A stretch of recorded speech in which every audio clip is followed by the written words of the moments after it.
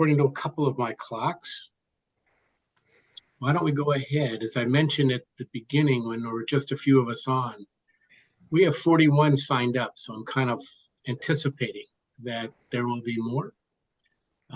But Reverend Dr. Crystal Williams, our regional minister in Tennessee, would you open us with a gathering worship? Yes, thank you so much, Regional Minister Morton, and my other brother, Reverend Allen from Ohio. Thank you for the opportunity, and my brother Paul from Mid-America, and to all of you, thank you for the opportunity to share in the opening worship. Tonight, I'm going to read you something from Mary Oliver. Many of us claim her like we really know her and like she's one of our own. And so it's called Oxygen. I thought it was fitting for what we're doing here over these next weeks and now. So it's called Oxygen by Mary Oliver. Everything needs its bone, muscles, and even while it calls the earth its home, the soul. So the merciful, noisy machine stands in our house, working away in its lung-like voice. I hear it as I kneel before the fire, stirring with a stick of iron, letting the logs lie more loosely. You in the upstairs room are in your usual position, leaning on your right shoulder, which aches all day. You are breathing patiently. It is a beautiful sound. It is your life, which is so close to my own that I would not know where to drop the knife of separation. And what does this have to do with love except everything? Now the fire rises and offers a dozen singing deep red roses aflame. Then it settles to quietude, or maybe gratitude as it feeds, as we all do. As we must upon the invisible gift, our purest, sweetest necessity, the air. Will you join me in a word of prayer? I want to lift up everything that's going on around the world. We prayed and we focused on Ukraine, and now we're focusing on the Middle East with Israel, Palestine, as well as the Ukraine, what might be happening in our individual regions, in our individual churches and lives. We want to lift up our denomination as a whole. Please join me in prayer. Eternal God, our Creator, we thank you tonight. We thank you most importantly, oh God, because we get to be here in the midst of everything that's going on around us. I want to thank you for keeping us. Yes, our hearts and our minds may be wearied over the things that we see and we hear in the news, inside of our regions, our states, our towns, and even around the world. But thank you that your grace and your mercy continues to remain with us. And so tonight, oh God, as we listen and learn from one another, I pray that you would give us wisdom and insight, that you would give us illumination. And most importantly, God, I pray that you would give us more of your spirit. And so as we join together tonight, let your will be done, not only in our regions and in our churches, but in our lives. We thank you for the Christian Church Disciples of Christ. We thank you for our General Minister and President and all who are fastly at work. God bless us tonight, I pray. In Jesus' name, amen, and thank God. Thank you. Amen.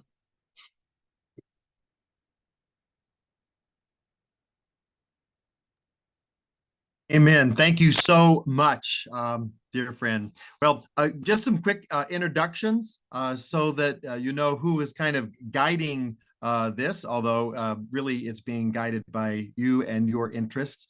But this is a tri-regional church effort. We hope it is symbolic of many other efforts where we are working more together than apart. The idea of doing this first came from Reverend Chris Morton, who is the regional minister of the Christian Church in Nebraska. And he had some experience with this book and with the person who wrote it, Alan Stanton, Reclaiming Rural, Building Thrival Rural Congregations. He had seen something on my Facebook post. I am Alan Harris, the regional pastor and president for the Christian Church in Ohio. I had been invited actually by someone on this call, I won't call that person out, to do a little bit more regarding rural and smaller churches. And so this book was recommended and I read it and we had a gathering about it. So Chris had seen that and we knew that Alan Stanton was from Tennessee. And so it was a natural to turn to our colleague, Reverend Dr. Crystal Williams of the great state of Tennessee. And the three of us thought it would be a good thing for our clergy, our lay leaders, our congregations to talk about what it means to be a vital congregation. And of course, this book really is just a stepping off point. We learned very, very quickly that many of the things we were talking about were apropos for congregations, whether they were in suburbs or in cities or in rural byways and highways. Of course, in the meantime, the Reverend Dr. Crystal Williams decided that she needed to do a little bit of a shift and has been announced as the new regional minister for the Christian Church in Indiana. And we are thrilled. I personally am thrilled that we won't be losing her gifts and graces from the College of Regional Ministers and that state and that those churches will be served quite well. So we come from all over. We are inviting folks to either put in your name, you know how to rename yourself on Zoom, where you are located from, or if you want to put that in the chat, that's good also, just to show a little bit of our diversity. So thank you so much for being here, and we are excited about the topics that kind of came up from the midst and hope that you will be too. I will note that there is one other regional minister colleague here, and that is Reverend Paul Koch from the Mid-America region, one of several regional ministers there. And we're glad to have Paul on board. He's always a great ministry partner and always looking to work in tandem and in a partnership with others. So thank you all for being here. We will be watching the chat. And if you have questions or need a little more direction, please feel free to say something there. But I'll turn it back over to Chris Morton, and he'll give us a little bit of the shape of the evening and the whole series. Thank you, Alan, and thank you for that opening devotional, Crystal. That was, yes, we do claim Mary Oliver as our own, even though she is all. She is for everyone.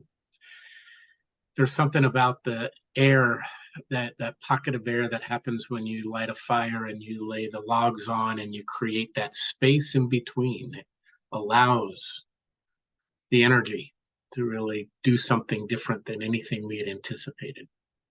It's a great metaphor. She's wonderful with that kind of imagery. Excuse me. So let me do a real quick review of how we've envisioned our time together. This is not a book study. So that's the first thing, right? So those of you who read the book, wonderful. If you haven't read the book, it's okay.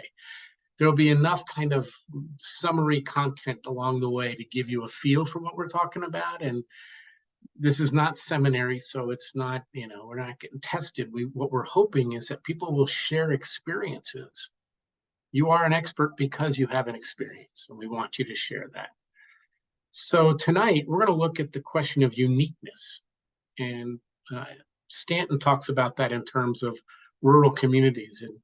And one of the quotes that's in the book is that Alan picked up that reminded me of in his notes that he sent me this morning was, if you've seen one rural community, you've seen one rural community, right? Each community is unique. And so we want to pick up on that uniqueness tonight. And next Monday night, we're going to pick up on his next theme, which is the church as divergent or convergent. uniqueness, sameness, right? So that theme, just to kind of get your head around that. On the 23rd, what are we talking about? I just blanked. Anyone? If I looked at my email, I could probably find it.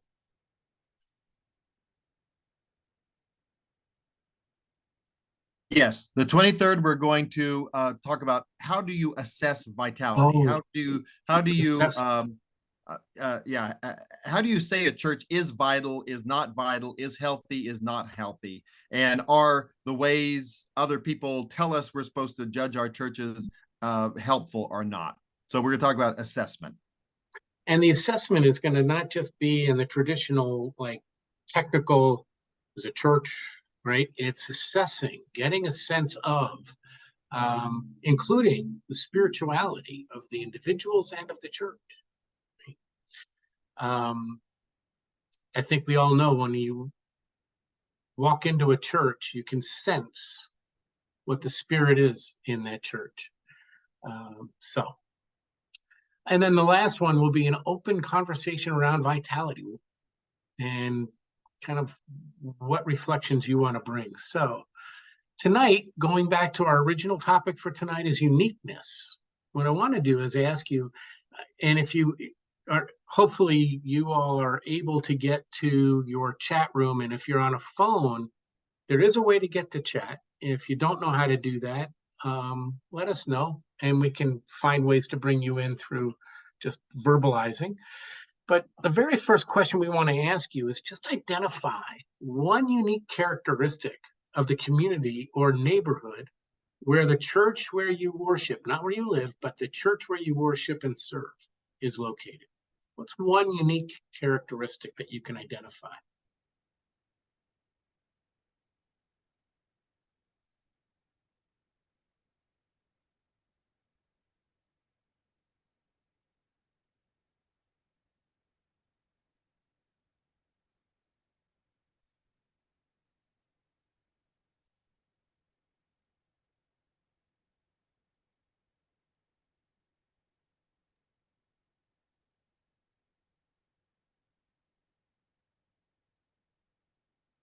For instance, the church where I worship as a member is called Iglesia Cristiana Discípulos. It's in South Omaha. It is a neighborhood that is in a huge transition, that is getting settled by more and more Hispanic, Latinx communities, and a variety of communities. And the entire economy is shifting, has shifted. So those are some unique characteristics about South Omaha. What do I see here? It's historic area of North Nashville. It's a center of town, right in the middle of town in a neighborhood. So that's Bloomfield, Iowa. Designed to be intentionally interracial by zooming policies and community encouragement. That's zoning policy. Sorry. Okay, zoning policies. Thank you. Becoming more diverse. Yeah. So 140 years and proud of the disciples' heritage. Farm area becoming a bedroom of a major city like Cleveland. And then multicultural neighborhood. I'm seeing a theme around multicultural, interracial, interethnic. I don't know if that's just happenstance because of who came on tonight, or if there's a broader theme to be suggested by that.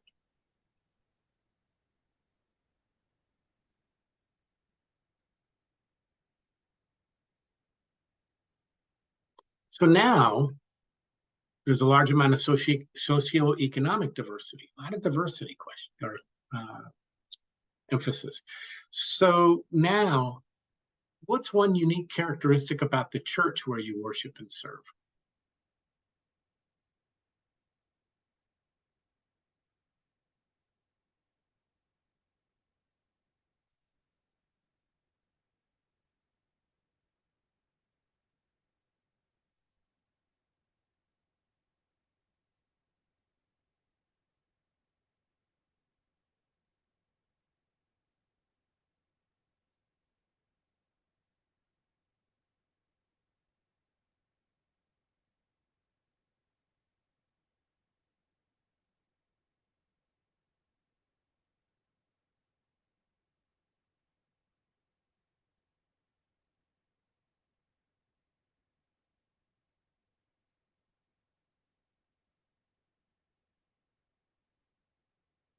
So I'll start reading them. Keep typing.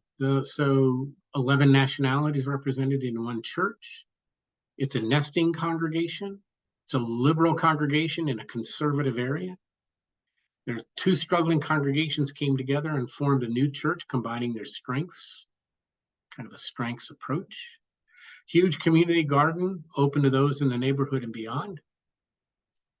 Not unique, I'm sure, but they're struggling with engaging with newcomers to the area. The fact that that's being named out loud might be the unique part of that.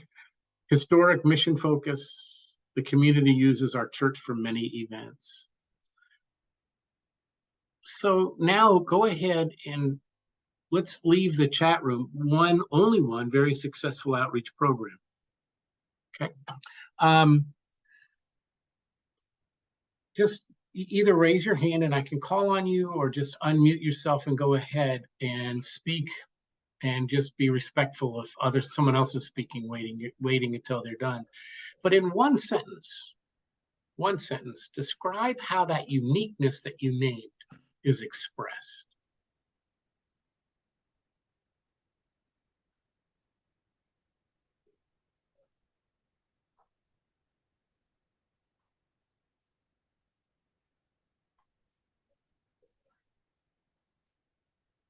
Hard, isn't it?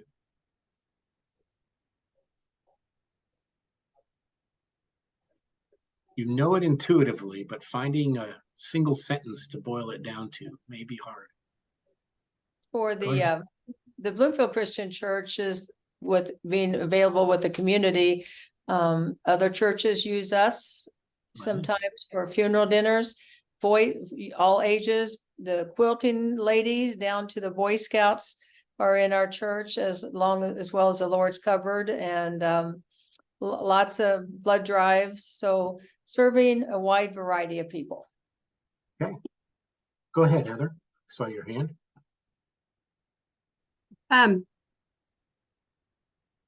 Because it is such a liberal denomination and I have such a conservative community, my church is one of those melting pots of basically Republican, Democrat, liberal, conservative, and able to actually have some of those conversations in a respectful way. Okay, thank you.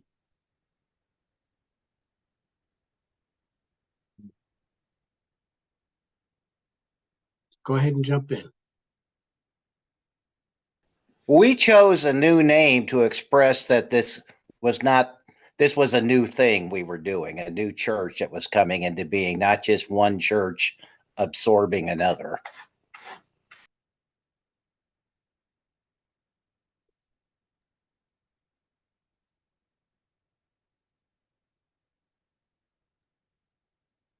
Alan, you muted. Yeah, Timothy, can I follow up on that? Did your community find that energizing?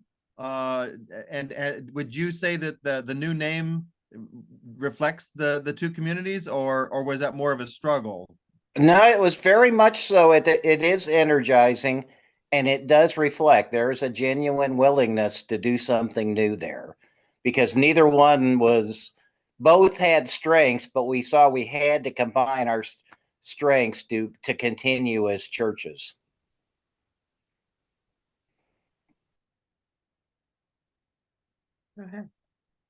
Our historic mission focus in Wasion really, I don't know how unique it is, but some of it really expresses itself in two things. One is the generosity in time, talent, and treasure. And then just thinking about the time part is, depending on the time of the year, it feels like there is always some kind of project in the works or going on that's drawing the attention and energy of people in the church to be working on, and positive energy in those projects. So Thank you.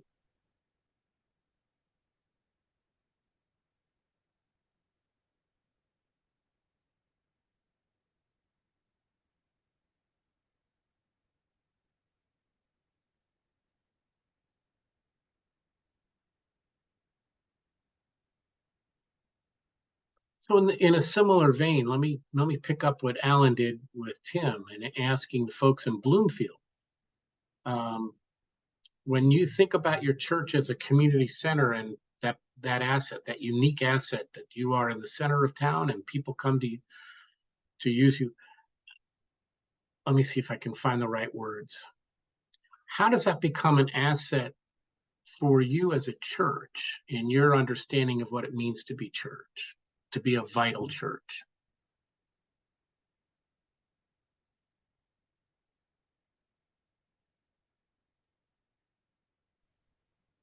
I guess I would say that it lets everybody in the community know that they're welcome in our church every Sunday, as well as when they come for one of the special events that's being held by maybe just one member of our church.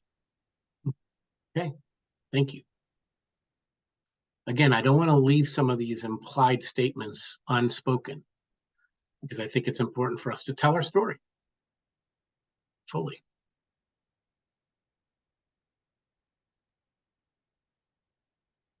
Go ahead, Paul. Yeah, just an observation. It's not my congregation, but I'm in a different congregation every Sunday. But one recently, county seat church and fairly good size, and a lesbian couple and their children joined. And the board was happening to be meeting following service, and I was participating because there was some other business to take care of, but it wasn't one of those elephant in the room conversations. But eventually they said, let's celebrate what just happened here. And their mission statement is on their bulletin. It says, we welcome all of God's people. And they said, well, by golly, we're going to live by this mission and stand up. And they were all pleasantly surprised at themselves because they spoke what no one would ever talk about before. And so I have great hope. We don't have any open and affirming congregations outside of our cities, and perhaps we'll get one. So what a triumph that church can lead if they choose to boldly proclaim what they have done.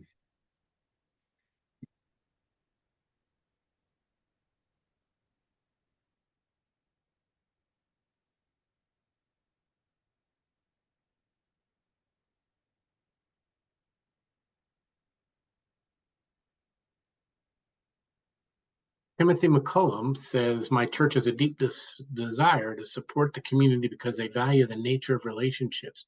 Do you want to say some more about the nature of the relationships? I'm noticing we have 3 Timothys in this room tonight. The big thing for us is we're very diverse across political and theological spectrums. But a few years ago, about a year and a half before I got there, the church went through a very ugly break.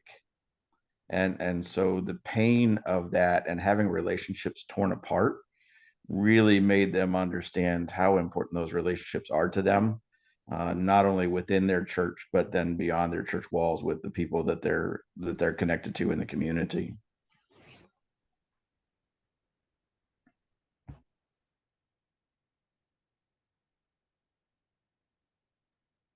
I think about the community where I attend church. This community garden that I'm speaking of in the chat, that's probably about a half an acre or more. I may be off because I'm not a survey person, but it's pretty big. And the number of people from the community who come to get food there. So I know that there's poverty, and I know that there are people who are hungry, but every time they have a gathering and they invite people to come, I'm still astonished and taken back by the number of folks who are coming to get fresh produce. And even when I pass by the church, the folks who are out there working in this garden, tilling the ground, planting the seed, it's not a one woman or one person show. They have a choir out there doing all of this work because they know that people are hungry and that the food is going to be used. I don't cook, so even when they give me food, I'm grateful. it just continues to say that the church is at work and we're doing the thing that we need to do. This is a small congregation, but the church is at work and they are doing and following the commands of Jesus, which is to feed the hungry.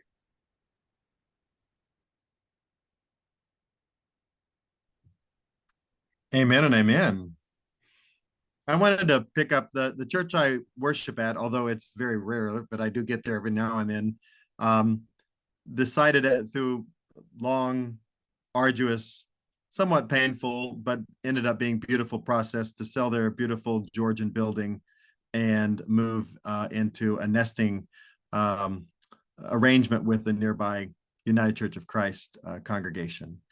And they've done a couple of things to try and maintain their identity, even as a nesting congregation, because that's always a struggle. And one of the things I think they did early on was they communicated the move, the nesting. Number one is a good source, a good sign of their stewardship of their resources, that someone else could better use the building and they could better use their resources. And they also said, we have always been this ecumenically minded congregation, and now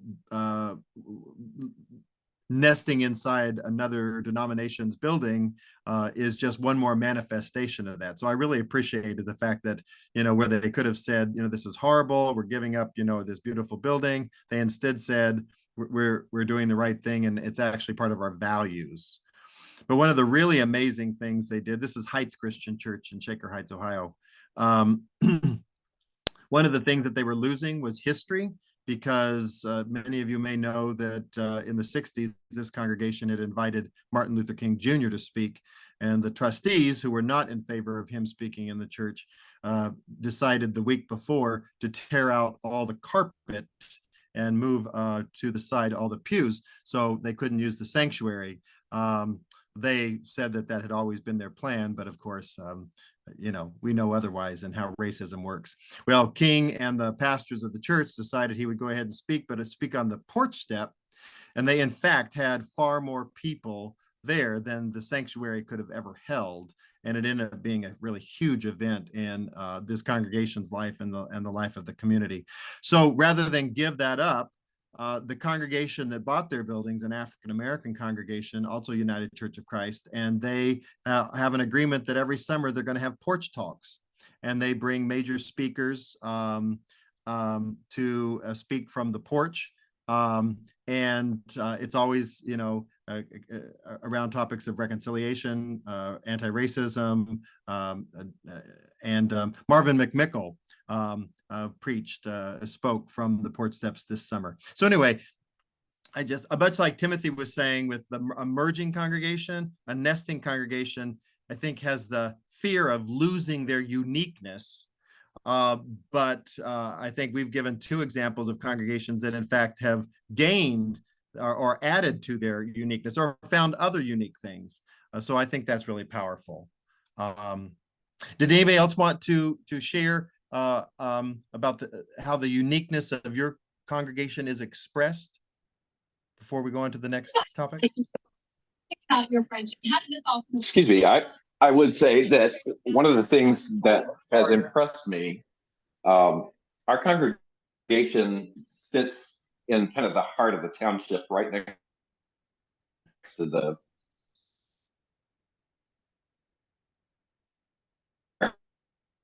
house, which we donated the land for distance. So we've always prided ourselves, historically, of being kind of the center of whatever activities, events they needed to create and use our space.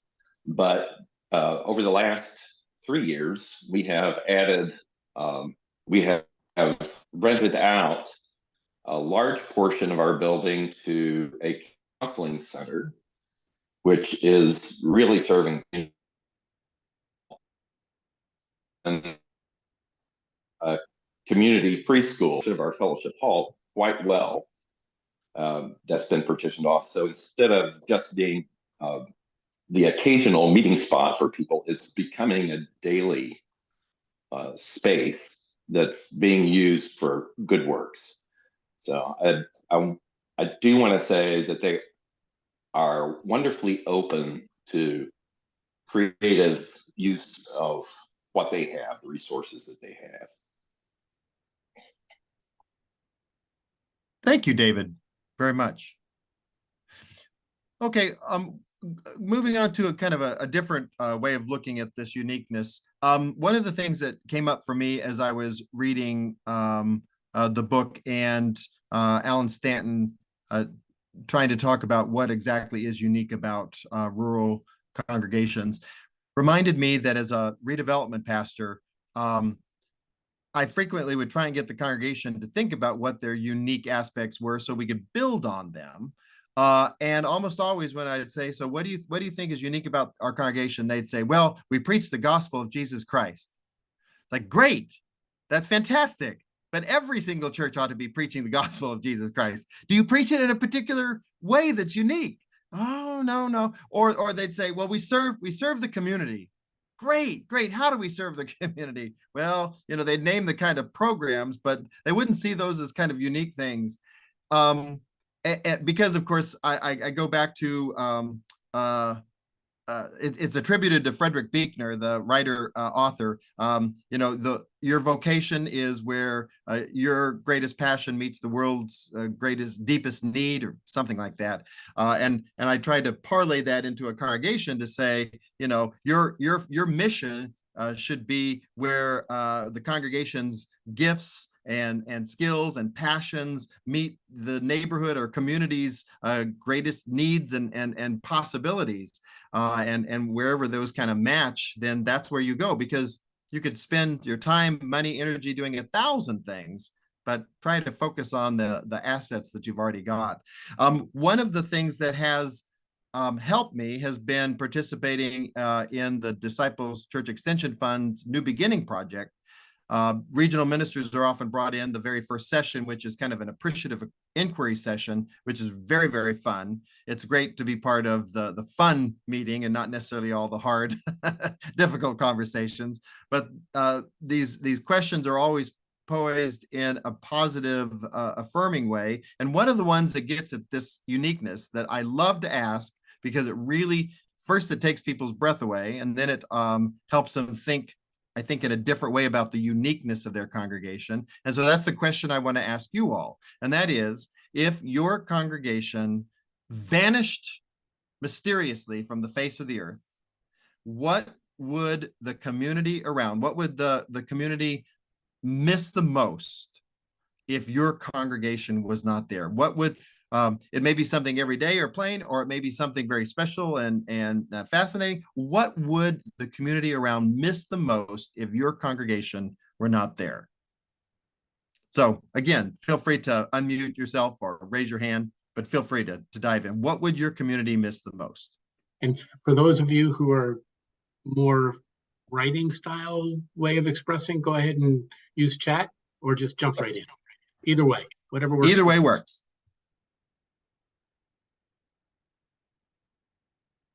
And Tana tells us, I think you're saying they'd missed the fall bazaar. Amen. We were laughing. There is a fall event at our place in Wasion that our community would miss. We've done a chicken pie supper for over 175 years. But I think the thing particularly that our community would miss if we went away is, let me just say, we live in a community surrounded by congregations that are very concerned about their doctrinal purity. And we are Grace-filled. Just there is more of a spirit of welcome and willingness to have doubts and question things together, and that would be missed. That's beautiful. And let me make sure no one had a glitch on the internet. You did say the chicken dinner has been going on for 175 years. I think it's this year, November the 8th is our 177th, I think, or something Okay. like that. I So, just want to make or- sure people caught that. it's around, it might be 160, but it's been since the 1870s anyway. Yeah. Well, Michael, I want to pick up on this idea of so many communities are focused, it feels like, in this moment in American history on doctrinal purity and how disciples are less.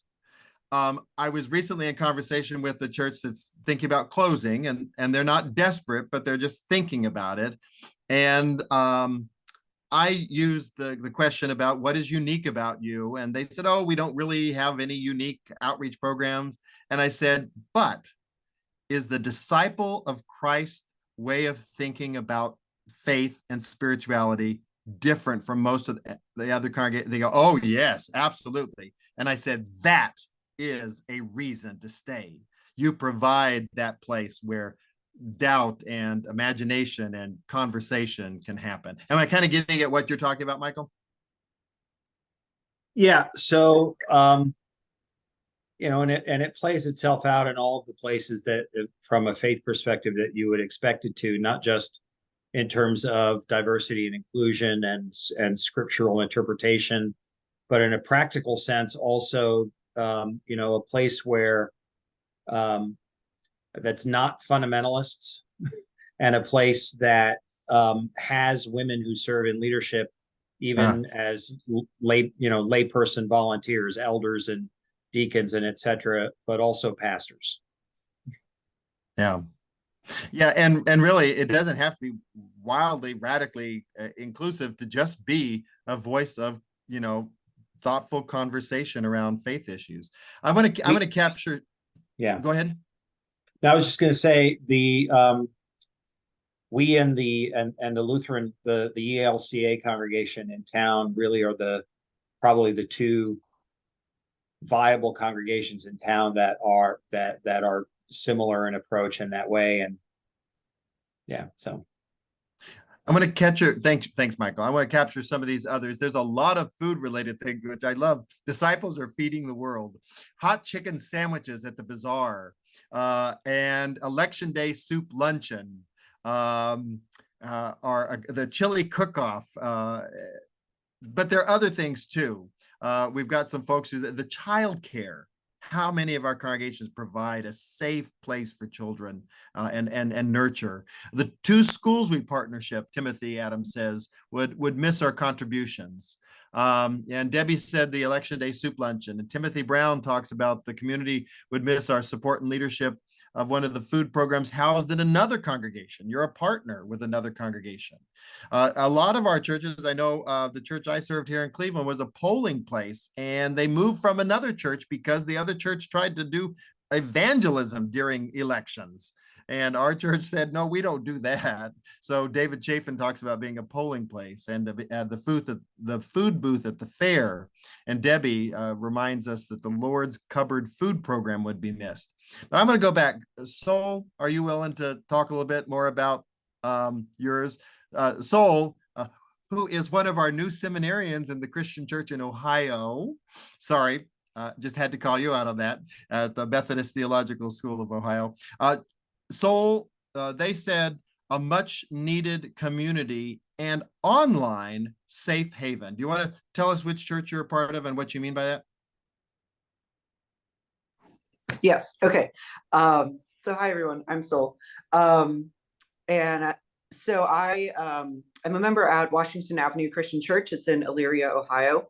I'm pretty new to the Disciples. I went through kind of a sort of ecumenical hot mess, and found my way to the Christian Church Disciples of Christ. Washington Avenue is extremely unique because the town of Elyria is also extremely unique in terms of just socioeconomic diversity, but also the the political climate, the economic climate, leaves, it's a very interesting place. And so the congregation at Washington Avenue is one that is not afraid of any sort of challenges or new ways of thinking or new ideas. And this spans across basically the entirety of the congregation, between age groups, between how long people have been members there, between families, you name it. And this was one of the first churches I had encountered that was like this. I think I had said in some point, I've never seen a more vibrant church, small or large, in most of my life. For a bit more background, and Reverend Harris was great with thank you for the introduction, because usually I'll stay to the side and be quiet, be pretty quiet. But I'm an organist, so my bachelor's and master's are in organ performance, and my 9-to-5 job right now is as a pipe organ technician. So I go into a lot of churches for a lot of different things and a lot of different denominations. And so it's fun when you're an organist, because you can kind of sit in the back and spy, sort of. You get a front row seat to a lot of places, because especially if you're a substitute, people assume, you're just kind of there to play the organ, when in some instances you're sort of just scouting out and saying, oh, that's what that church does. Oh, that's how she preaches. That's really cool. Like, this is really interesting. And so right before I had joined Washington Avenue, the senior pastor there, who is now one of my closest dear friends and mentors, and is the person who is mentoring me along my seminary journey, had spoken about a particular aspect of queer theology that resonated with me in particular, and posted a clip to Instagram. We post these like 90-second sermon clips, and the amount of messages that we got in our inboxes from people we had never met. I think at some point after the sermon, I had close to like 1,200 messages. And our senior pastor had about the same. And we had some interesting mail, but more than that, it was families, it was kids, it was, friends and siblings saying just thank you.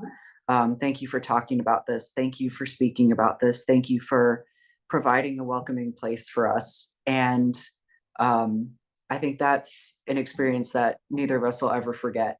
So it just sort of hit both of us. I remember we both cried in the office after. We said, here we are with a congregation of, maybe we have like 20, 30 people on a Sunday.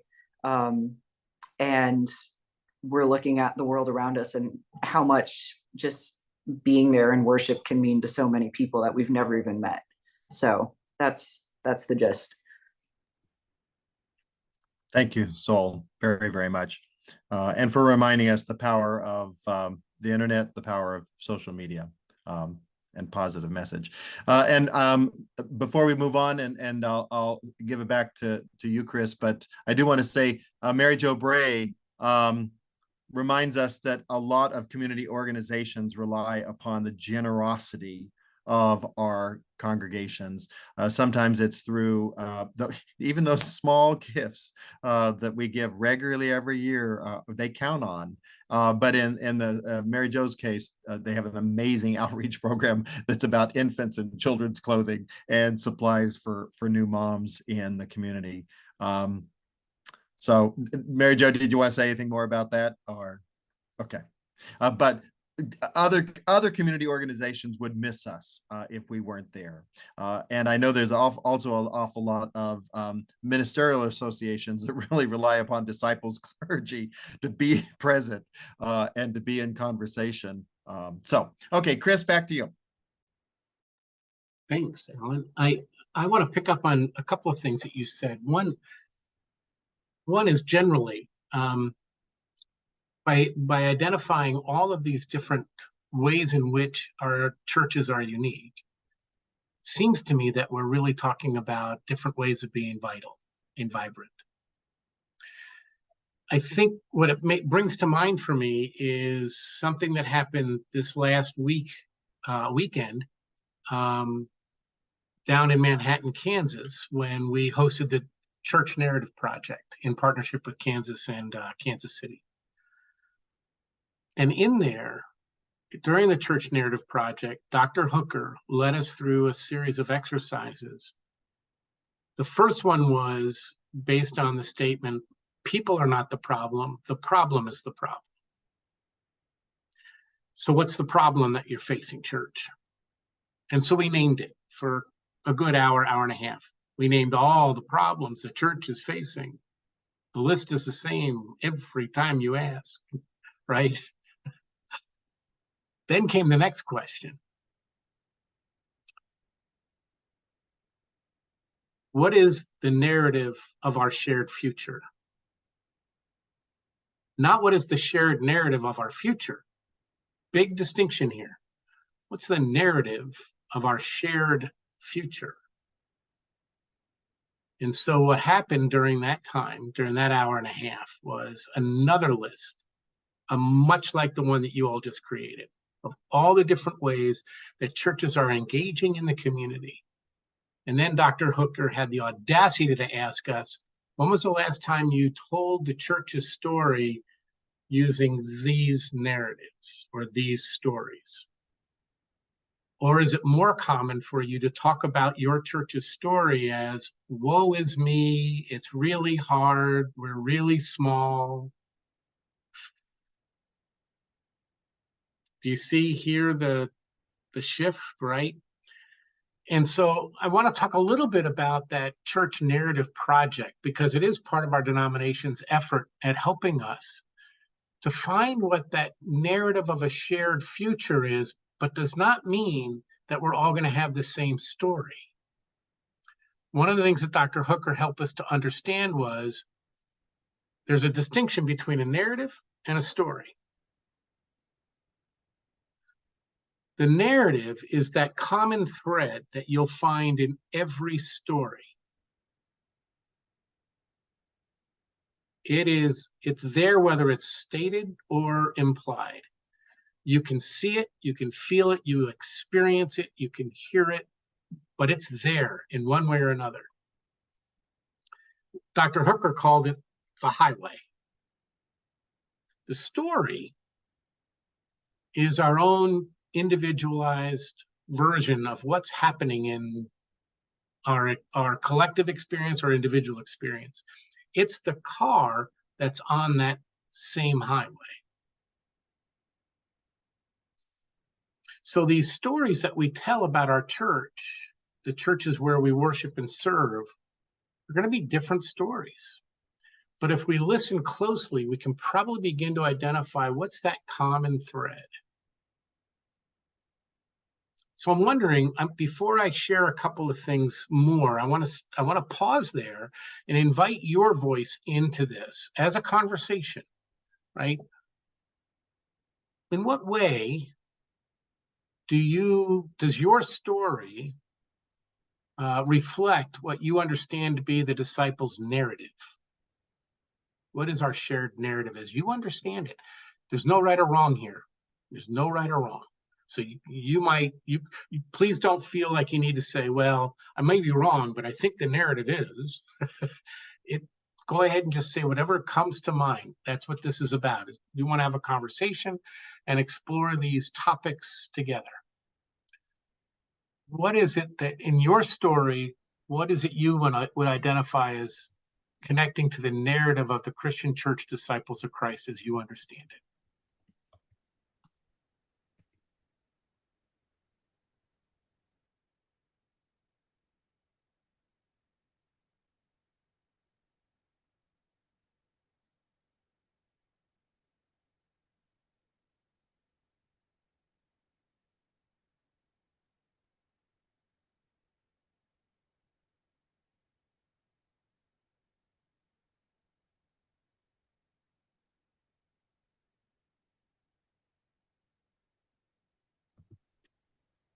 Chris, I tried to capture the question in the chat. You can change it up if I didn't quite get it.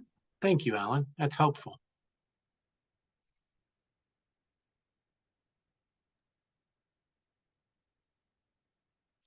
So each one of you told some stories. Each one of you told your story about the church where you worship and serve, something that was unique and special about the church where you. So take that story and see if you can identify what's that narrative, that common thread that would connect your story with other stories in the disciples' narrative as you understand that narrative.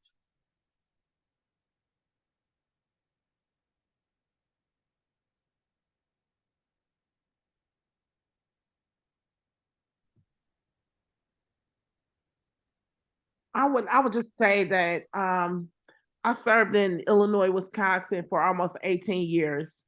And I took care of the churches in the Western area in Chicagoland. And the West would be Galesburg, Peoria, that part of the state. And that chicken pot pie or chicken dinner, that one of the churches in Galesburg, they too had that. And they too have been doing it over 100 years. And I remember one of the last conversations we had when someone told the women in the kitchen that they could actually buy the vegetables, that they didn't have to stand down there and, chop them up anymore, but they could actually go buy them. And the look on some of the women's faces. So those meals and that hospitality, to me, is a shared narrative, because I don't care what region I travel to. And I happen to be from Ohio, you all. So underneath this red shirt, I am a Buckeye, born and raised. So I see that everywhere I go, that we are always trying to feed somebody. That is a part of our shared narrative. And I think it's indicative to feeding folks the word and the love of God. Here's a plate, but also let me give you something else to go on that plate. I think that's a part of it. That's what I see. Thank you, Crystal. Tim Adams, do you want to expand a little bit and remind people how the story of Edenton connects with the movement toward unity? Well, it was so easy in one way for these churches to come together because they didn't have to check out and jump through each other's doctrinal hoops and all that kind of thing. They're not the same church. There's a lot of differences. But, the old disciples thing that all I ask of you is, basically a basic disciples confession. We're all in on that so that we were able to come together on that basis. And there was none of that to separate or make it render it difficult. Thank you. So I'm going to go on down the line a little bit. Let's see. No, it was Heather and Michael. Welcoming table includes all people and moving out beyond that table. Do you want to say some more about that? Just to kind of be clear, we're two churches. So for my crew,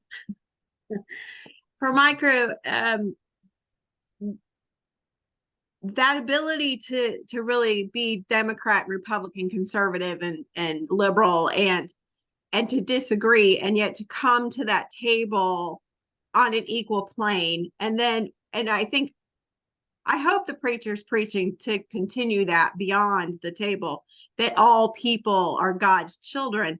I think that's a movement we're going towards. I hope that helps. Thank you. Oh, and Crystal, I would love to know where in Ohio. Where did you grow up? I'm a Clevelander.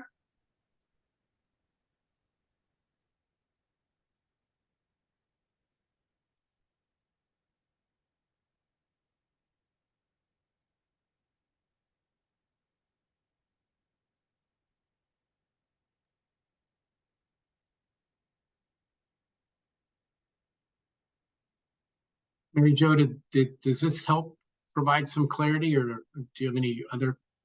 You good? Okay.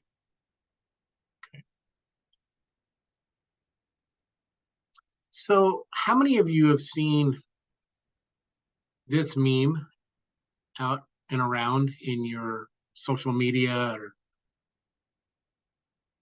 what disciples believe?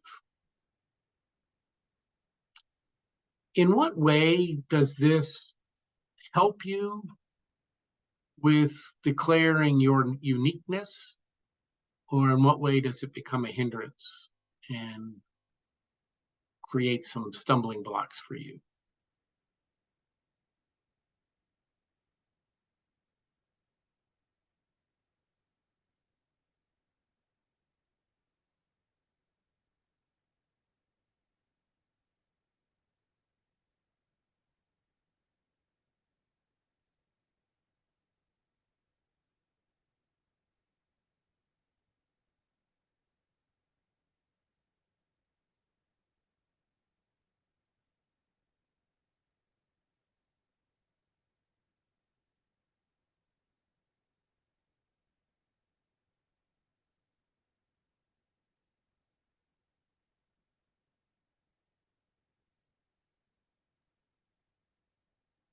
I think related to every the nature of disciples is, it's like every congregation has a different center and focus within the broadness of our witness. And there's a certain level in which it's both a blessing and a struggle to not know the level of, what the particular flavor of faith it is that really is at the center of that congregation's life.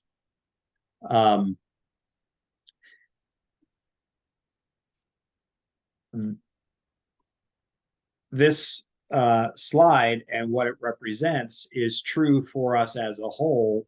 However, every congregation, even every person that's part of that congregation, is going to maybe reflect or resonate more strongly in one area than another.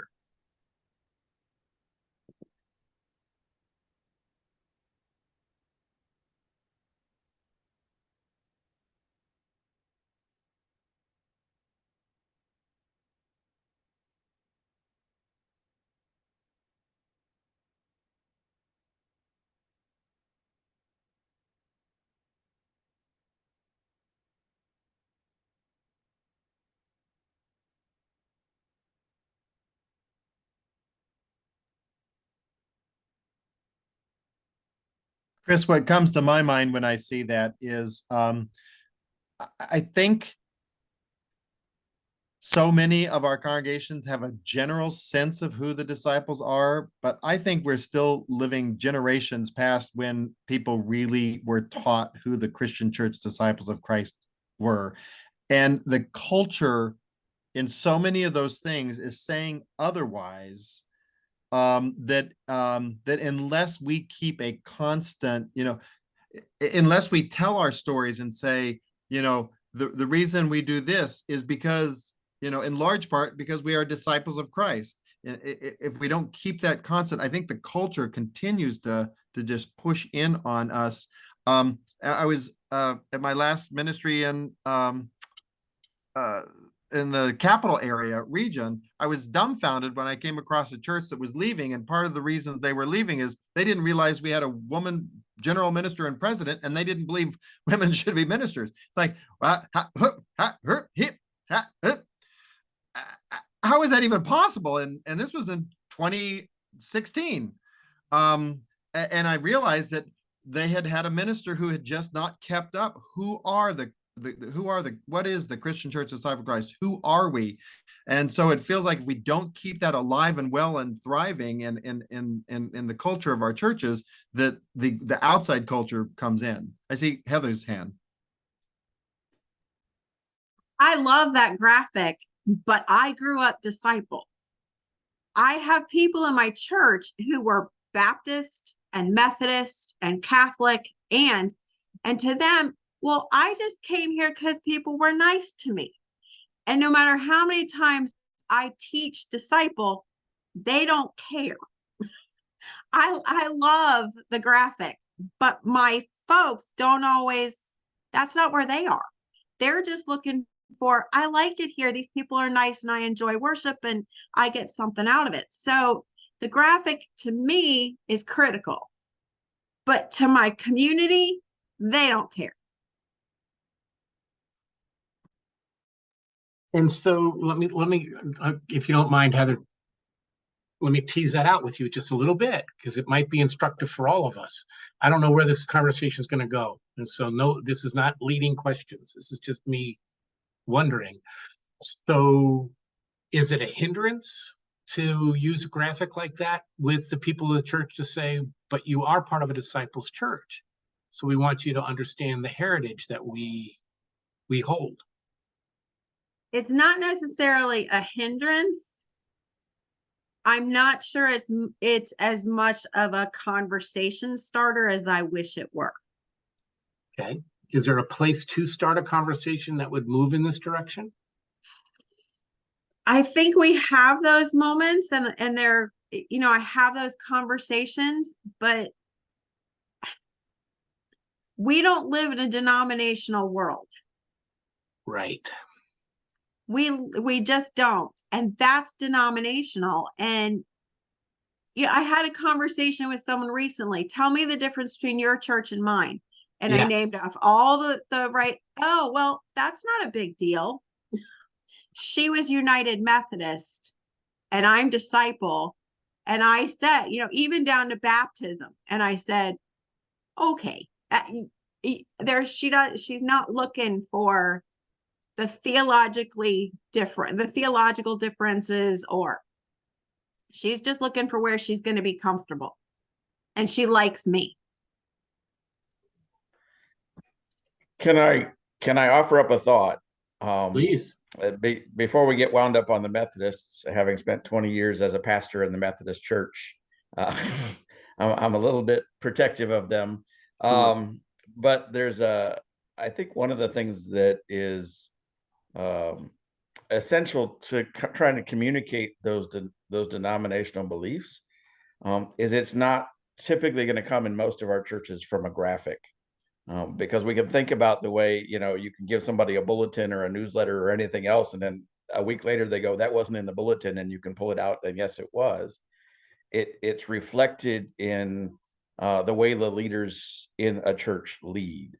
And so those things happen in conversations with elders or board members when you get into a theological debate about anything, and you have the conversation that says, awesome, we are part of the disciples, and in this belief system we have space for people to believe different things because we understand everybody's on a particular journey towards Christ, and we're trying to draw everybody there.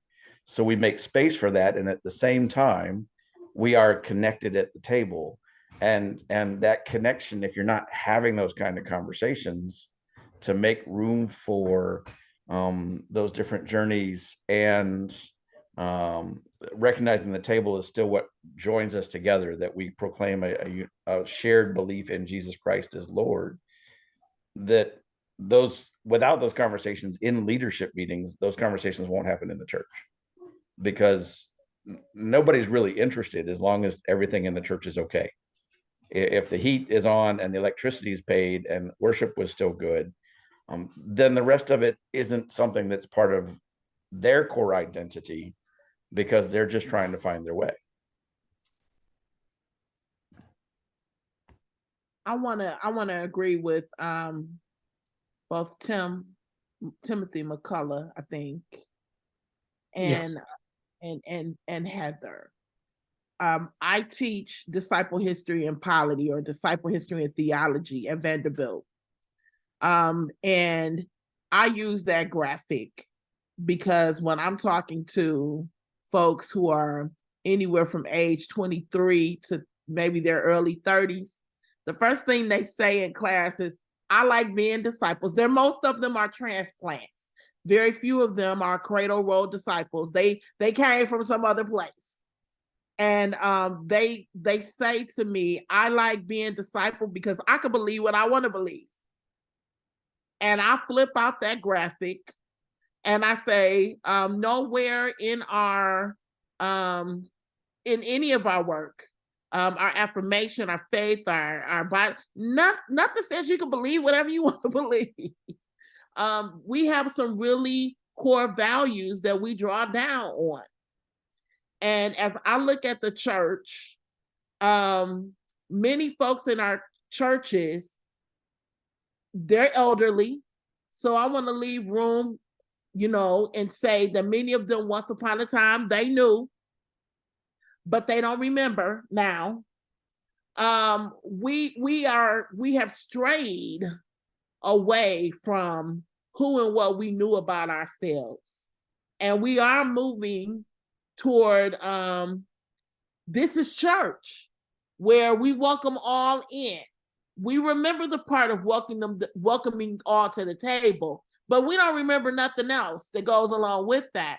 And I'm not saying that's bad or good. I'm just simply saying that as disciples, when the rubber is meeting the road, it is that pastor who's gone to seminary, and I've made them have this flyer, and I've made them take some tests, who might remember and even try to exercise what we think we are.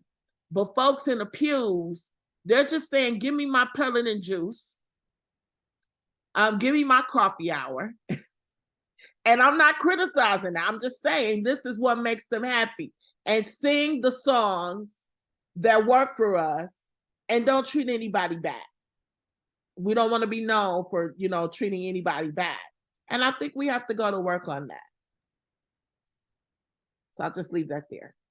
Thank you. David, do you want to chime in? Yeah, I just wonder if maybe one of the blessings in this reconstruction that's happening in the life of the General Assembly might help our congregations be more engaged in the life of the general church, but also in the life of who we are, or understanding ourselves, identity issues. Just a reflection. Yeah, so to name that more explicitly, just to make sure that I'm understanding what you're referencing, in the redesign or the restructuring of the design, we will now have, after this next assembly, following the next assembly, people will be voted as, each church will be allowed to have 3 delegates to serve for 3 years. And during the 3 years, they will be invited to participate in a variety of gatherings and meetings and conversations, including the General Assembly held every 3 years. So more engagement of those delegates than just showing up once every 2 years. Is that what you're referencing, yeah. David? Yes. Okay. Yes.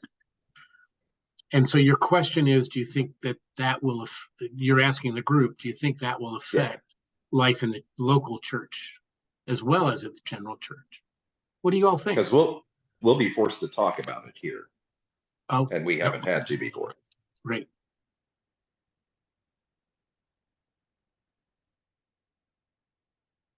Does it make a difference to anybody? Anybody think that it will make a difference? What are your thoughts and reflections?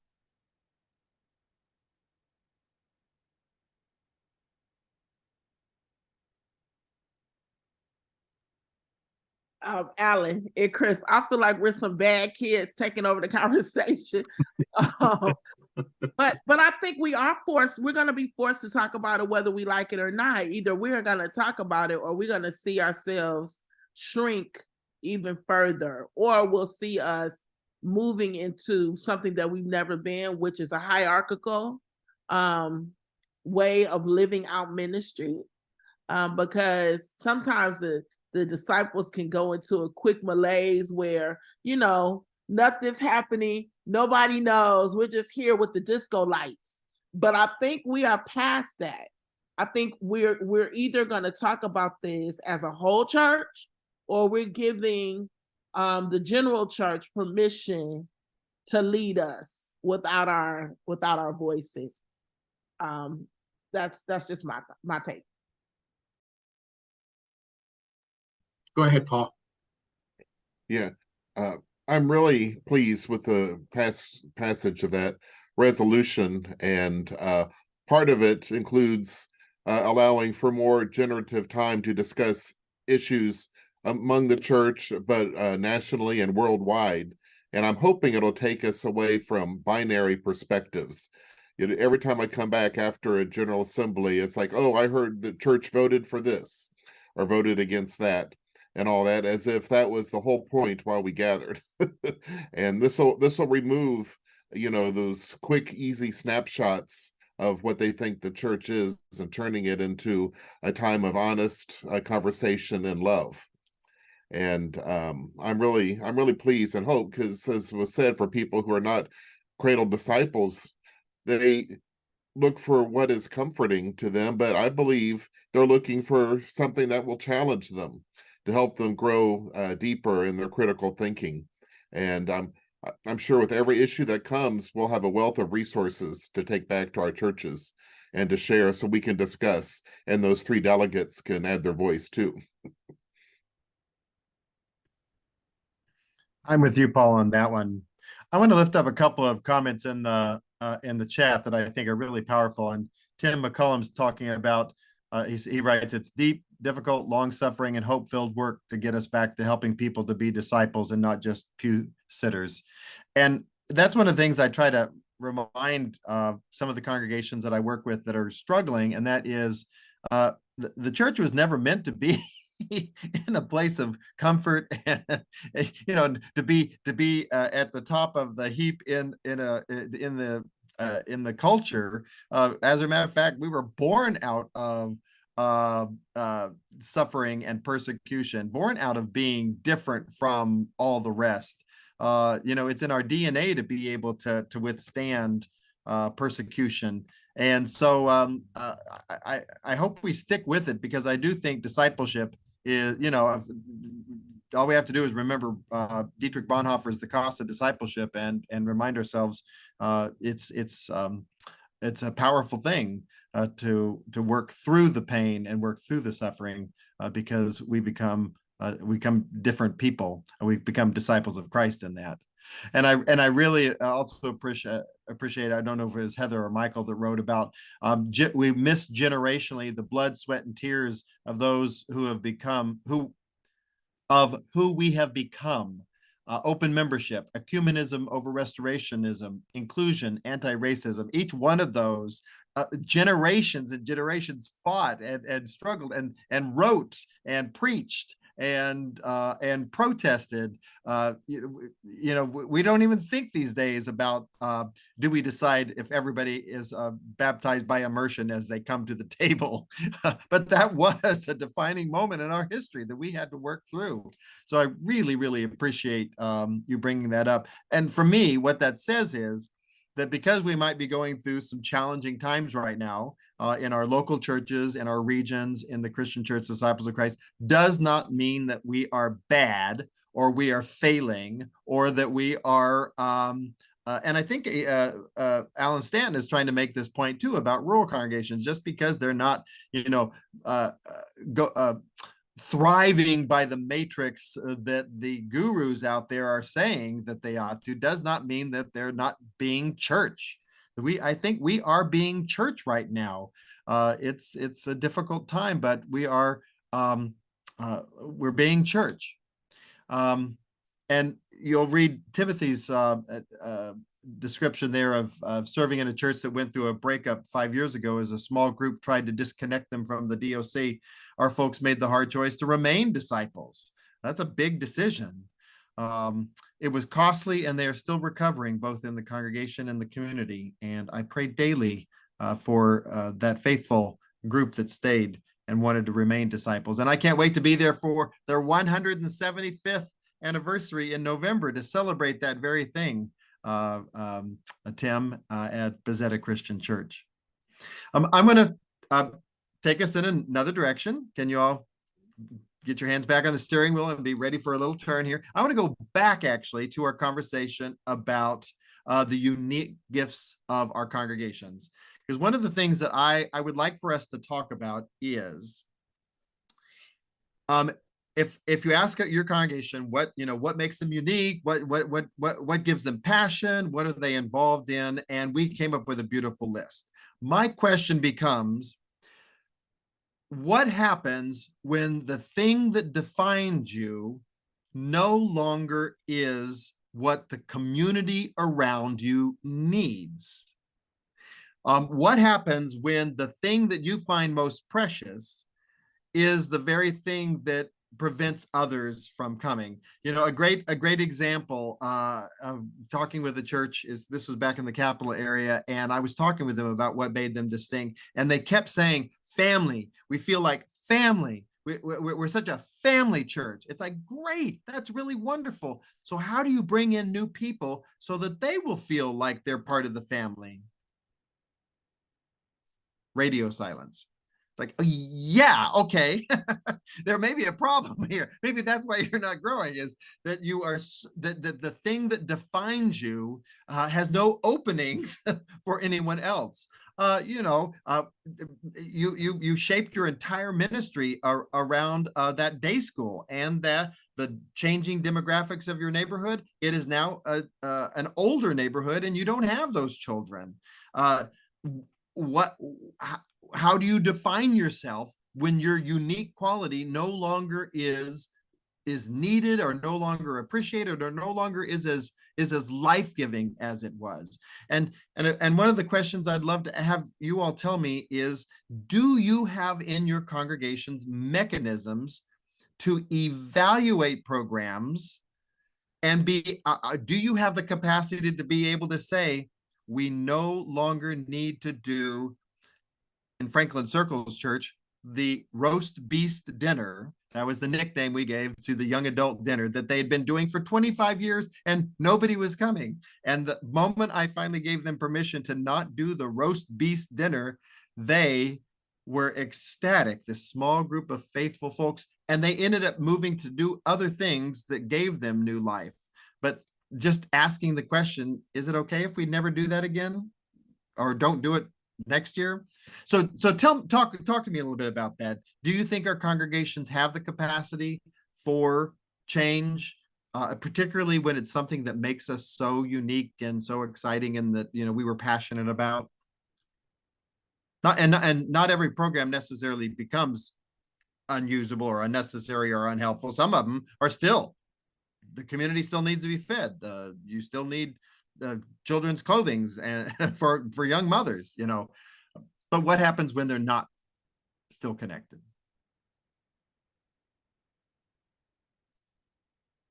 Do you have any stories of churches being able to change, especially something that's really unique, really special to them? My church used to be insanely good at VBS. Huh. This is years ago. I mean, the pictures show they had the community parade. They have hundreds of kids show up for VBS. And it finally became to the point where we just didn't have the adults. We didn't have the kids. It's not that we, had the conversation about whether it was vital or not. We just got to the point where it's just not going to work anymore for us to do this for 12 or 15 or even 20 kids. We just let it go. With the understanding we might be able to do it again someday. Right. But it's not what it used to be. Our community doesn't have hundreds of kids running around. So I'd say, yes, we have that ability, but I think for us in Lions, it's more by accident. It's not a mechanism or a conversation. Sure. We just And get it to doesn't, the point of, it ain't working. yeah. And I'm not saying, we did the same thing with our rummage sale. We don't have the people to run it right now. We'll let it go. and I'm certainly not necessarily, I'm not saying that you have to have a mechanism for it to be done right. The way you describe it, the fact that you did adapt, great, it worked, and it worked. My question for you, Heather, is, did the congregation's identity take a hit that was hard to recover from, or did they just naturally morph? You hear what I'm saying? I think so. I'm getting tired. I think when it came to VBS, the community missed the bounce house and the ice cream and the fun night. So we've morphed into an ice cream social in the fall, which is growing. So we let go of the stuff that wasn't working. And then after we reevaluated, we're going in a different direction with the fun stuff that does work, with the hopes of building something new. Cool. Cool. I appreciate that. David Chafin mentions that he's suggesting to, I assume you, to your church leadership, that you recast the vision at least every Yes. 3 years. Yeah. Are they taking you up on that? With some struggle, yes. Okay. We're doing it, although I don't know that it's well received, but like Heather was describing with what happened with VBS, we've had 60 years in this fair booth in the same spot under the grandstands where everybody comes. And it's a very big operation, morning to night. And we are not getting enough volunteers. And I think we have to rethink whether that's something we can continue to operate before we invest more in doing it again. So this may be one of those years. And Tana, do you want to say anything more about your fall bazaar? It sounds like you're right at the moment of having to make a decision about that. Well, just like actually tomorrow, we're going to discuss whether our members can do that fall bazaar, because it's it's a lot for a lot of our members to do. And so we're trying to, and it was very successful last year. And we're trying to balance all of that and figure it all out. Well, yeah. Know that our prayers are with you. That's not an easy decision. I'm going to go back to the last, when we were talking about that sheet that Chris put up. Oh, please. And I think we need to start with our ministers, our pastors of our local churches.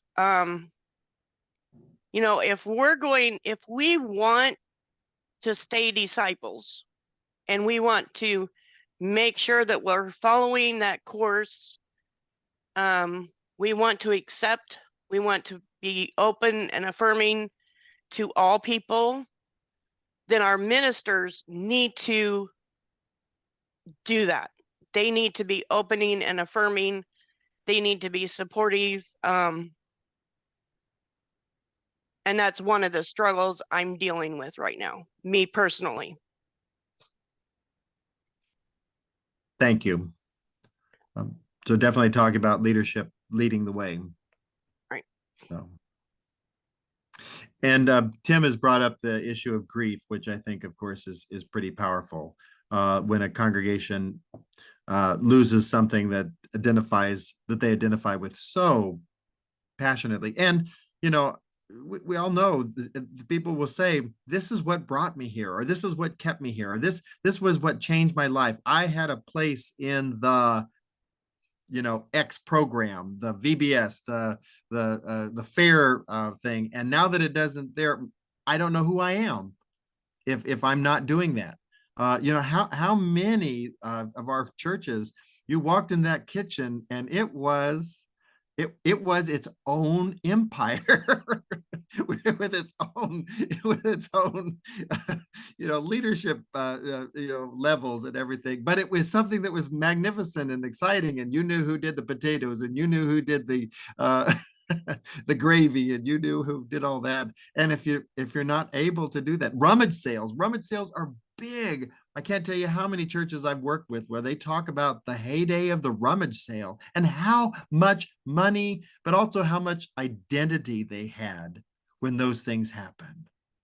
So, Saul, do you want to talk? I'm not 100% on watching different congregations navigate music department changes. Give us a few examples of that. And do you have any good examples of congregations working through it well? Yeah, so it's really 50-50. And I know, again, this has a lot to do with sort of my professional background in training, but how much of a core identity music is to a congregation. what their style is, what instruments they have, the lay leaders that are involved, the volunteers that are involved, you name it.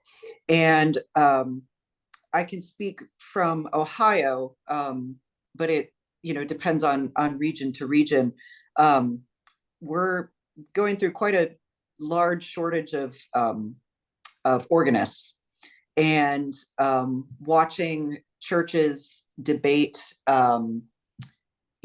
either like what to do with their instrument or what style of music they want to do, and do we want the 8 a.m. to be the traditional and the 10:30 to be contemporary? Do we want to do a blended service? Do we want to, I mean, some of the fights amongst congregation members, amongst staff members, I mean, it's gotten to the point of, I've seen basically a church lose over half of its membership over a stylistic change. But on the other hand, I have seen, and this is very heartwarming in a lot of ways, a lot of very small, very rural congregations actually navigate this extremely well. There are some congregations in, so I live in Central Ohio currently, in the Columbus area, and a couple stick out to me, not from a musician perspective, but a organ technician perspective. And one of these churches couldn't find, a replacement musician, and they actually started a community music school outside to serve their area. And it was just, a very small operation, but what it did was provide sort of an after-school program for their, local community, which does not have a lot of programs in the area, and tied it into a church event. And in short, the students right now, I think there's 3 or 4 of them, are taking turns playing for part of Sunday services, and they get like a small stipend for those things. And it was like one of the most creative things I think I've ever seen for this sort of operation. And I have seen churches navigate these situations well, but for the most part, it can be a huge sort of rocking turning point for a lot of places. Thank you. Thank you so much. And we've got a conversation about collaboration. Mary Jo, do you want to talk a little bit about collaboration? Or, whoops, I'm still on mute. You're on mute. Uh-oh. There we go. There you go. Sorry about that. I was just signing out, but no, I just feel like I don't know what else to say about it. I think we have to find ways to collaborate. Okay, so we're too old to do X or Y or Z, or this is falling out, or how can we collaborate on new things? And that's what I was talking about. So, how do you collaborate with other groups and organizations? I think that's our survival's got to depend on being willing to collaborate. Not everybody's willing to collaborate, but I think we're going to have to. Creativity, collaboration, and giving ourselves permission to absolutely, to do things differently. So I'm out, y'all. Nice to see you. Great. Thanks, Joe. Well, Chris and Crystal, do we want to where are we? Do we want to Crystal, do you want to offer any of your own reflections before maybe I can do a wrap up? Sure. I loved what I heard tonight, and I'm thinking that it's going to take collaboration, and it's going to take that creativity and that permission giving. Disciples can be, on one hand, introverted. We don't, we want to play with our partners and our neighbors, but we're scared to go over there and talk to them out loud. Maybe we could write them a note and send it through the snail mail, and they'll get it, and then we're boom, like that, collaborating. But I think it's going to take a little extroversion these days. I believe we are here for a reason. And all while everyone was talking, I kept thinking about, we're the best kept secret. If I hear that one more time, my hair is going to go up in smoke. But it's true. People want to be a part of congregations like ours. But we really have to get that word out there so that people know that this is a place that they can call home. So I just really appreciate everyone and all that I heard tonight. And it's on my mind, y'all. It's on my mind as I do my work as a regional minister here in Tennessee. So thank you for this opportunity to be with you all tonight. Thank you. Alan, any final reflections? No, I just love conversation, and I appreciate your honesty, everyone's honesty and sharing. So Thank you. yeah. And give us a teaser for next week about convergence. Yeah. Well, before we do that, one of the things I want to do is just ground ourselves in what happened tonight, and then we'll think about next week. But for grounding ourselves in tonight, a reminder that the disciples have the design. The design was born in the 1940s and moved into the 50s, and then we adopted it in the 60s. But in 1948, the World Council of Churches hosted an assembly called Man's Problem and God's Design. And the disciple delegates came back home and said, that's what we need to do, is discern God's design. So we have what's called the design. We don't have bylaws or articles of incorporation. We have the design. Paragraph 19 of the design, the purpose of the regional church. The primary nature of regions is drawn from the Acts of the Apostles and Paul's desires to nurture, support, and engage congregations as unique entities. That's our purpose. That's what we're supposed to be about. It goes on. It finishes the sentence by saying, and as gatherings of congregations, partnering, collaborating, as gatherings of congregations related to one another in their mission. So I just took some quick notes as I was thinking about and listening to the conversation tonight, and the things that I heard that I found really energizing, animating. I'm hearing a lot of you all talk about experimenting. There's an external focus that I look forward to our conversation in the 23rd, where we talk about assessment, because part of the assessment is the spiritual life, right? The internal. So the external focus has a lot of energy, and embracing differences, the amount of diversity that you all talked about in your own stories, as well as now the partnering and collaborating. The things that left me kind of wondering where we want to go with it. And maybe they'll show up in our conversations or elsewhere, but is the whole question I think, Heather, you really put a highlight on, but I think others referred to it in different ways, was people wanting what they like and holding to comfort. And the last I knew, that wasn't the church's mission. How do we want to think about that when we talk about vitality? As well as the ongoing question of nostalgia, right? We all have faced that, whether it's rummage sales and garage sales and bazaars, or as you talked about, slowing music. You're so right? So some things to think about as we go into the next week. Next week, we're going to do the convergence divergence. And then the next week will be the assessment, from assessment to planning and futuring.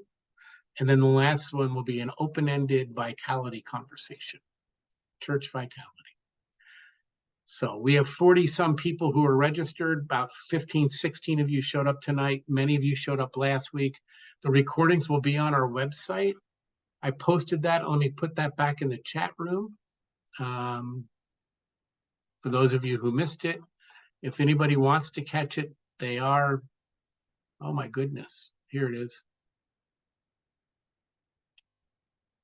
You may want to go into the chat room and grab the link so that you can have future reference. If you're going to miss one of these Mondays, you can go to that same page, usually about a couple of days after one of these conversations. Nathan will have it up on our website for you. It'll be at the bottom of that page. So, Dr. Crystal, can I ask you to close us in prayer? I will be happy to. Last week I put on my Facebook page, God will take care of us. And that's just been sitting with me because I believe that. I believe that God is with us. I do not believe that God will allow us to sit like a bump on the log, feeding me bonbons on the beach, kind of take care of us. But I think as we are courageous and brave in our lives and in our ministries, God will walk with us. The hymn of old, for God walks with me and God talks with me, and God tells me that we are God's own, and the joy we share as we tarry there, none has ever known. So I just believe that about us. And so as we prepare to get off the screen and do whatever we're going to do, I want you to take that with you, that God will take care of us. God will give us wisdom and insight. God will give us the strength and even the courage to collaborate and to be creative. We need to ask for it, and then we need to move out on it, and we need to believe, and we need to trust that something really good can come out of our town. Not just Nazareth, but something really good can come out of Wauseon and Lyons and Bloomfield and Nashville. Something good can come out of that. And it starts right here with us. So God, we thank you tonight for everything that we have experienced. We thank you for our siblings, and we thank you for their experiences and what they have brought to this time. Continue to lead and guide us along the way, oh Jesus. Give us this collaboration and this creativity and the bravery and the courage to go far beyond what we could even ask or think, according to your plan and your will. And again tonight, I'm going to thank you for the Christian Church Disciples of Christ, a movement for wholeness in a fragmented world. And so continue to keep using us, oh God, in this season and even in the next generation.